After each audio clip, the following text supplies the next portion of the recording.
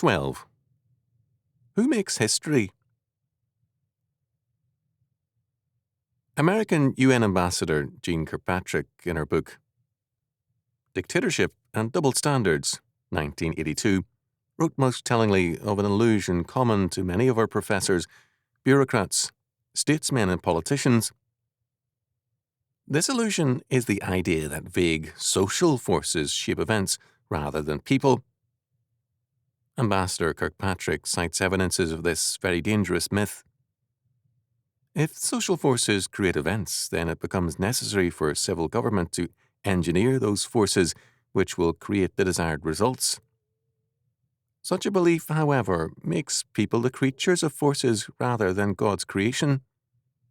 It also reduces man to a helpless piece of driftwood on an ocean of social forces. Such thinking is radically alien to our biblical faith and heritage. Our civilization and our country are the products of men of faith and action who shaped events and set forces in motion rather than being shaped by them.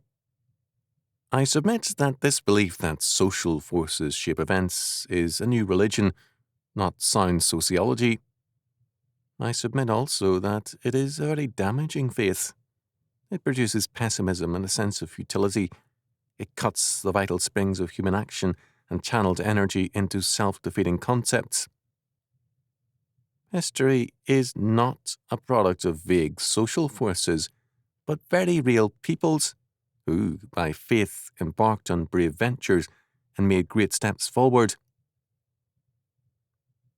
Behind every great age of advance in history, we find men of action vitalized by a powerful faith.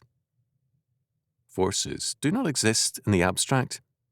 A social force is a product of a people's faith and action. It has no existence in and of itself, and it cannot exist apart from a people's beliefs.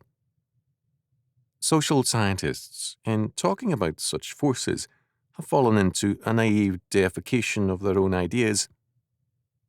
History is a human product, not an abstractions work.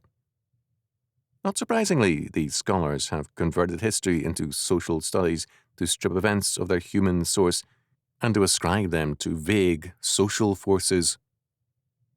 Such a faith, however, denies man freedom and reduces him to a product of vague, non-existent entities or forces.